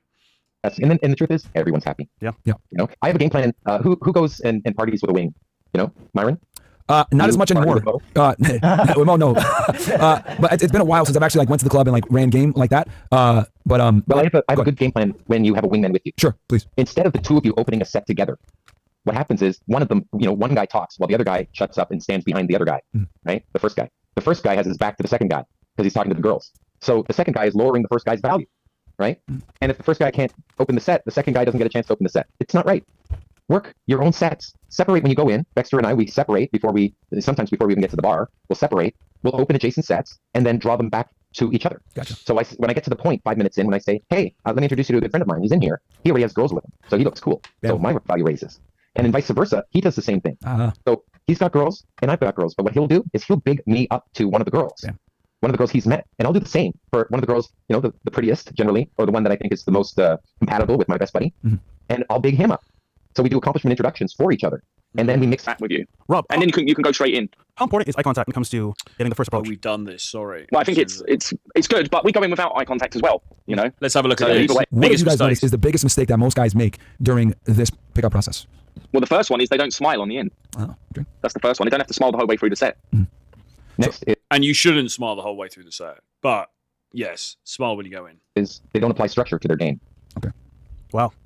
So there's kind of they don't have material to fill in the timeline. They don't.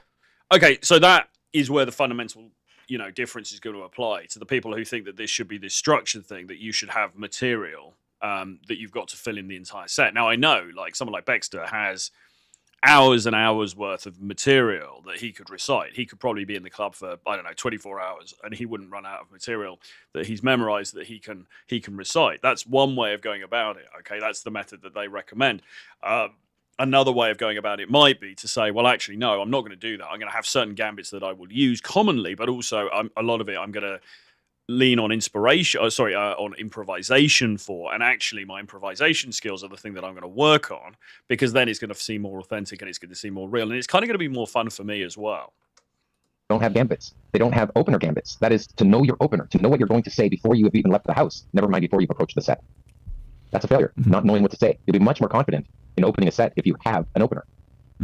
We say to go out for about 30, when you're starting out, 30 text files, gambits, openers, routines, a total of 30. But a good amount would be around 300. 300 text files in your head will build a robust pickup system to handle a myriad of approach scenarios. Yes. About 300 text files. Some of them are one-liners.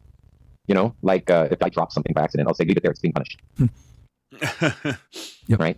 Or another one is, that's my floor show. Or did you feel that gravity pull? It was like an earthquake. Did you feel that? Just pulled it right out of my hand. You okay? So there's 3 ways of getting around dropping something, for instance. Yep. We always have gambits. Some of them are large gambits. It's being gambit centered, in fact. Having gambits to open, those are openers, and you can stack openers. They're short stories, they're quick. When a topic doesn't hit, instead of giving up, like a comedian, like a pro comedian, you know, he doesn't get the laugh, he doesn't get an F. He just moves forward to the next one. Yeah. But it's the amateur that gives up when he doesn't get a laugh. Yeah. Okay, that's fair enough. Rather than move on to the next topic and keep the show going. The show must go on. So people just shoot themselves in the foot by going in and hoping to get IOIs rather than eliciting them. And what happens when they open and they don't get these IOIs, they feel like they're being rejected because, oh, she's not interested in me. You didn't make her interested in you. You weren't interesting. So you have to be interesting in order to get a woman interested in you. It's a lot like a roller coaster ride. A roller coaster is an attraction, isn't it? It doesn't mean you want to mount it. You just want to take a ride. You just are interested in seeing what's up. It's an attraction. That's what I am. I'm not getting her physically attracted to me. I'm just getting her interested. That level of attraction. We baby step it. You just get them interested in you at first. You become an interesting man in order to do that. Those are some thoughts there. Okay. I have a question. Yeah, go ahead. So you guys are traveling the world, doing different seminars and activities with your students. But let me ask you this: when it comes to countries, what is the best country to pick up women in your opinion? Well, we've got a handful, I would say. Helsinki, Finland. I love Helsinki. The women are beautiful. The women are intelligent. The women are educated. The women are beautiful, blue-eyed, generally blonde. Count me in. Gorgeous women. I'm there. A mix between Swedish and Russian, an alien beauty. And the entire city of Helsinki comes out on Vappu Festival on that weekend. They come out and they drink copious amounts of Sima, which is a champagne that they drink on the streets. Everyone comes out, so you get to see all the beauty that city is filled with. Very, very grateful to have gone out there many times with Dexter. I did have a 3-year relationship with a beautiful young lady who was Finnish. So we've gone back many times. We'll go again. If I were to we always do a boot camp every year there. Hey, right. Actually, you can check out some videos of it. If you put in Mystery Helsinki, you'll find. Hey, count us there, brother. We'll be there. Yeah, that's the first time. It's kind of weird, actually, because I've been to Helsinki. I was never a massive fan, to be honest. I think the time I went, I think we were just unlucky. I don't know. It was very cold. There wasn't many people in town. It was kind of just post-COVID as well. So there was a lot of that there was a lot of the regulation still going on and stuff there. I wasn't massively impressed, but a lot of people rave about it, including James Tusk, actually. So there must be something good about it. Never heard anyone say Finland. Okay. He said white blue eyes. Nigga, I'm there. What's the last nigga? Well, you know the most beautiful girls in Hollywood are not from Hollywood. They're from somewhere else. Where are they from? They're from Europe. You're right. Yeah. They're from Finland. They're from Sweden. They're from Russia. Those are some of the most beautiful women that are in Hollywood. Or the tourists that you'll find even all the way to Indonesia. If you go to Bali, you're going to find Russian clubs, entire nights with Russian music and beautiful Russian girls who are on vacation. You know, we're looking for the tourists generally. When we travel, even to Spain, we're doing a boot camp in Spain next.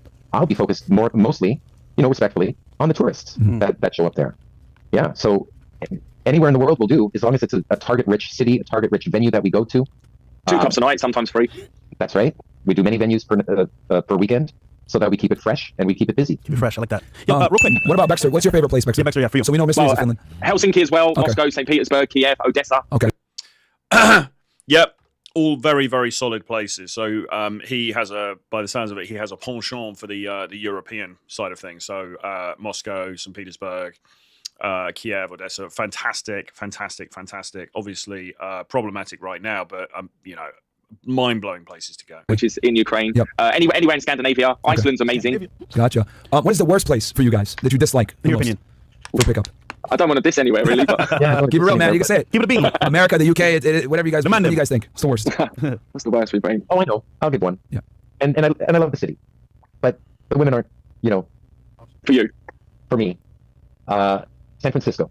San Fran sucks. Yeah. Yeah. Maybe I'm going to give the excuse of maybe I've been to the wrong venues. Too many dudes over there, man. Get to the right No, you're venues. right. I just Not complaints about SF. the beautiful women are. Yeah. Where they No, that's bro. I've heard from literally a million guys that San Fran is literally one of the worst places for dating for men. Yeah. There's not enough women. There's it's mostly dudes because obviously the tech industry over there it's expensive. I've heard many complaints about San Francisco. What about you, Baxter? I think That's true as well. Actually, I've had clients who work in in tech, and they work in Silicon Valley, and they're not having a good time over there. Apparently, it's like you said, there's this balance. There seems to be more men there than women. Politically, it's maybe not the most useful place to be, and it's just a bit of a shit show. I think Dublin, and I am part Irish. Oh, okay. But I'm not a fan of Dublin. Okay. So every guy has a type. Maybe boobs, ass, facial structures, whatever it may be. Mystery, what's your type? Taste and personality. So of course, she'll have a beautiful body. She'll be fit. However, face and personality for me. Wow. I sucker for a beautiful face, and I'm looking for a strong personality who could match mine. Mystery and who in this double act. I'm looking for someone who will travel with me. So be a part of it. No ass, no titties, don't matter. Always helps a little. Depends on the girl, doesn't it? It just depends. Wait. Excuse me, Baxter. Sorry. Yeah. We were talking about titties. Tell me more. Okay. Here we go. See, I'm black, bro. Madagascar, next in the room. So, hey, you know what? We'll go mystery. I'm going to go with ass. Go to titties. Let's go. What do you guys think about Miami? I'd like to get your guys' take on doing pickup in Miami. Yeah, I lived there. I lived in just outside of South Beach, in Really? the Grove. Okay. And when was for this? a year with Matador and Love Drop. Love Drop from the book Revelation, Matador from the TV show. And we lived there a year together in a mansion and pulled, copious amounts of girls back to our pad from South Beach. I love South Beach, but it's its own animal. It's its own game. Yeah. Just like New York is its own game, getting up to those rooftop patio bars, getting in, which is very different from Las Vegas. Yep. That has its own game too, for good or for bad. When were you in Miami? When were you living here? I don't recall. It must be 15 years ago now. Oh, wow. Okay. Yeah, it was after the TV shows. Gotcha. Or during the TV shows and after. I'll tell you this. South Beach has one of the best populations for tourists. Like, that's where they always go, South Beach. Yeah. Miami's changed a lot, man. When you come back, you'll see it's changed significantly from back then. It's actually become like a major city now because all the New Yorkers are moving down here in general, from the cost of living being too high in New York and everything else like that. I find it's got a very sexual vibe. It's quite friendly and it's got a more sexual vibe there than anywhere else I've been in America. Yeah, it so definitely can. I enjoyed it. I think because of the Latinas. I think we got the highest concentration of attractive women here as well versus other places in the United States. Well, let's not mince words here. It's Helsinki. Helsinki has the most? Well, I mean, in the United States, I've never been to Helsinki, so I can't comment. You guys got to come with us next time, then. Bro, we are down. Yeah, I'm down. I don't know, Myron, are you down? No, I'm down, man. I like Europe. Listen, Europe is, I mean, yeah. We need to explore more. Yeah. Real quick, mystery. Were you able to reconnect with Neil Strauss at all? Yeah. Or no? Oh, we got to reach out. I forgot. Well, let me tell you, I don't feel like I've disconnected from Neil. However, he's got 2 children. I've got 2 children. Mine are in the UK. He's in Malibu right now. So, we don't get to see each other enough. And I was there for 10 days and we couldn't connect during that time. We were both apologetic about it, and we plan on seeing each other the next time I'm down, which will be in a few months. So I'm definitely, still good friends with him. I love man. He's a genius. He's a great writer, a gifted writer, and I look up to him. Yeah, I think he does such great work. It humbles me.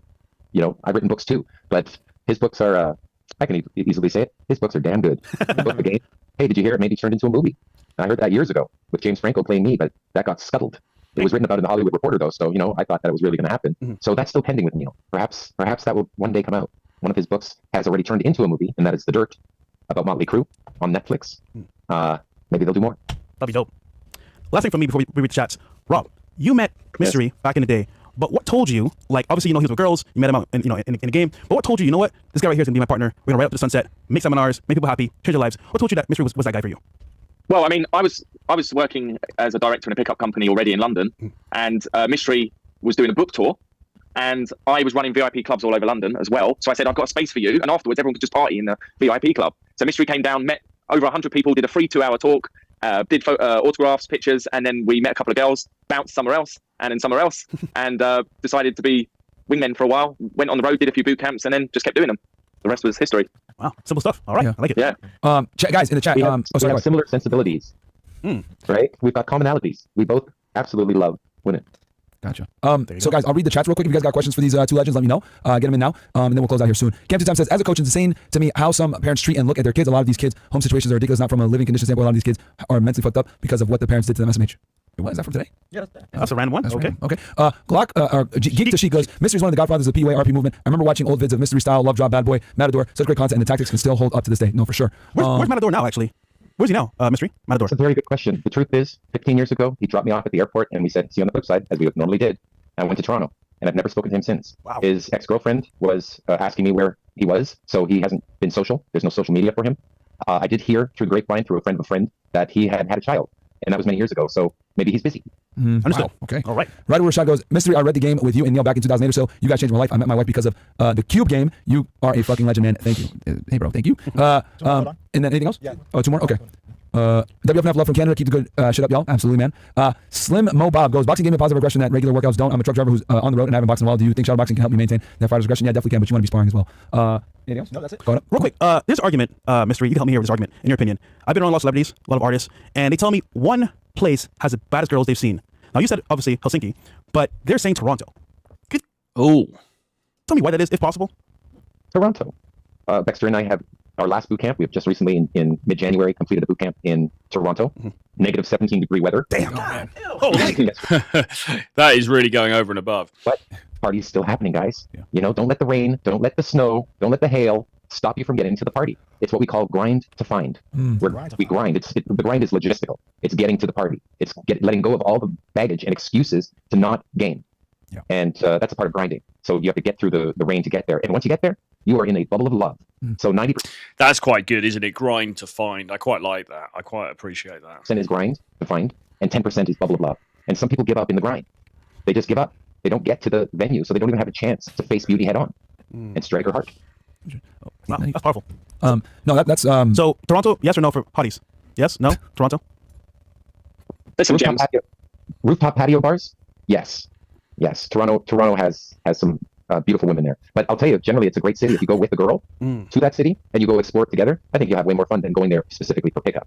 The difference between going to Las Vegas for a weekend versus going to Toronto for a weekend, it's different. And you want to spend more time in Toronto. There's a lot of things to do that are good dating, mutual scenarios that you can do on a date. All right. Shit. Well, no, this was great, man. Okay, I got one more question. What would you say is the most important component in the mystery method that people need to have down packed?